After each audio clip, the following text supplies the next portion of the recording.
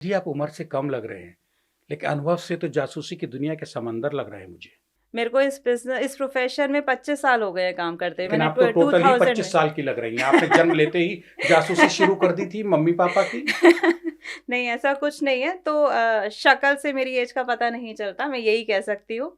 मुझे 25 साल इस प्रोफेशन में हो गए हैं। जिस साल आप जासूसी कर चुकी हैं इतनी सी उम्र में, जो हम तो नहीं अंदाज़ा लगा पा रहे हैं, ये शायद हमारी कमज़ोर नज़र का भी फ़र्क हो सकता है, लेकिन आपको परखने की ज़रूरत नहीं है, आपके काम को देखा जाए।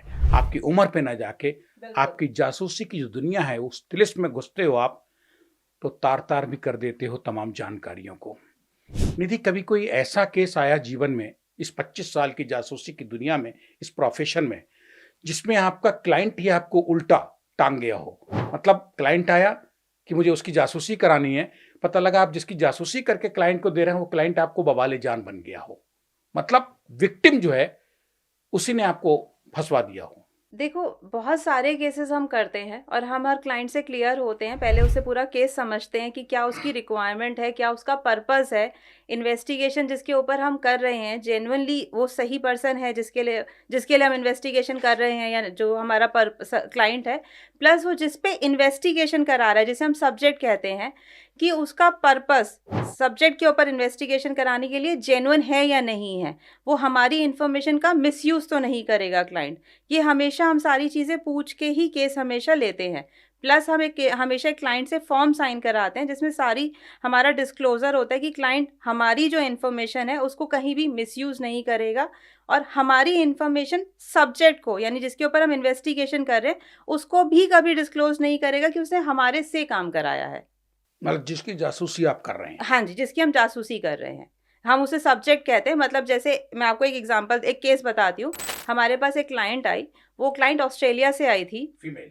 फीमेल क्लाइंट थी, ऑस्ट्रेलिया से आई थी। उनका एक लड़के के साथ अफेयर चल रहा था। ऑलमोस्ट 2 साल से उस लड़के के साथ अफेयर में, यानी रिलेशनशिप में थी। वो लेडी। वो लेडी। अब वो उस लड़के से शादी करना चाहती थी, और जो लड़का था वो इंडिया में था, और वो भी काफ़ी टाइम से उनको वो परस्यू कर रहा था कि हम 2 साल से रिलेशनशिप में, अब हमें शादी कर लेनी चाहिए, तो हम शादी करते हैं। तो वो शादी से पहले उस लड़के की इन्वेस्टिगेशन कराना चाहती थी कि वो लड़का, ऑल्दो 2 साल से उसके साथ रिलेशनशिप में, उसको सब कुछ ठीक लग रहा है, वो उसे इंडिया में आके मिल भी चुकी है, कि लड़का ठीक है या नहीं है। Cross check. बिल्कुल, क्रॉस चेक करना चाहती थी, क्योंकि वो सेटल्ड थी अपनी कंट्री में, लड़का इंडिया में रहता था, तो कि लड़के का शादी करने का कोई पर्पस तो नहीं है, वो प्यार करता है इसीलिए शादी कर रहे हैं, या कोई उसका अपनी कोई मैलिफाइड इंटेंशंस है जिसकी वजह से वो शादी करना चाहता है।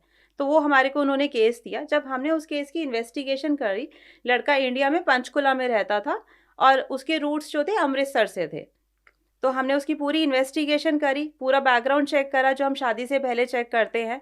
हमने देखा कि लड़का जो जितना शो करता है कि उसका बिजनेस है, वो उसने क्लाइंट को बताया था कि उसकी मल्टीपल करोड़ की टर्नओवर है, वो मर्सिडीज में घूमता है, उसका एक बहुत बड़ा बंगलो है पंचकुला में। पर जब हमने इन्वेस्टिगेशन करी, तो वी फाउंड आउट दैट लड़का, पहली चीज तो उसका बिजनेस जो है वो नेगेटिव में चल रहा है, यानी उसके बिजनेस की कोई इनकम नहीं है। उससे बड़ा शॉकिंग था कि लड़का डिवोर्स्ड है, जो उसने क्लाइंट को बताया ही नहीं था कि वो ऑलरेडी एक बार उसका डिवोर्स हो चुका है। थर्ड, जिस बंगलो को वो कहता था कि मेरा बंगलो है, वो ऑलरेडी वो रेंट पे रहता था। मर्सिडीज उसके पास डेफिनेटली थी, बट वो उसकी सेकेंड हैंड मर्सिडीज थी, जो शो करने के लिए यूज करता था।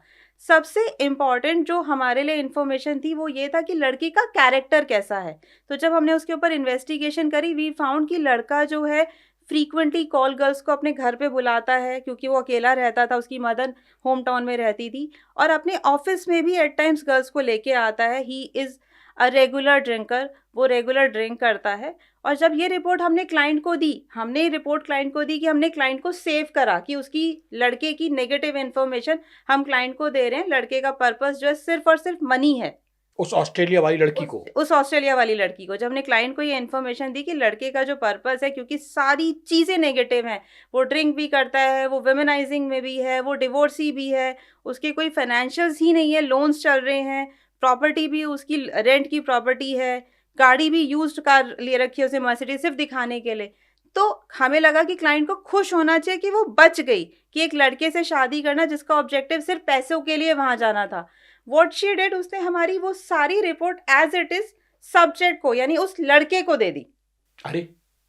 उस लड़के को उसने पूरी रिपोर्ट सबमिट कर दी कि मैंने देखो ये तुम्हारी इस कंपनी से इन्वेस्टिगेशन कराई थी, ये उन्होंने तुम्हारे बारे में नेगेटिव इन्फॉर्मेशन दी है, तो और ये मैंने उसके लिए उनको पेमेंट करी थी। इवन उसने पेमेंट के स्क्रीनशॉट्स भी दे दी कि मैंने स्लूथ्स को ये पेमेंट्स दिए हैं आपकी इन्वेस्टिगेशन करने के लिए। मतलब ये तो नमाज पढ़ने गई आप और रोजे गले लग गए।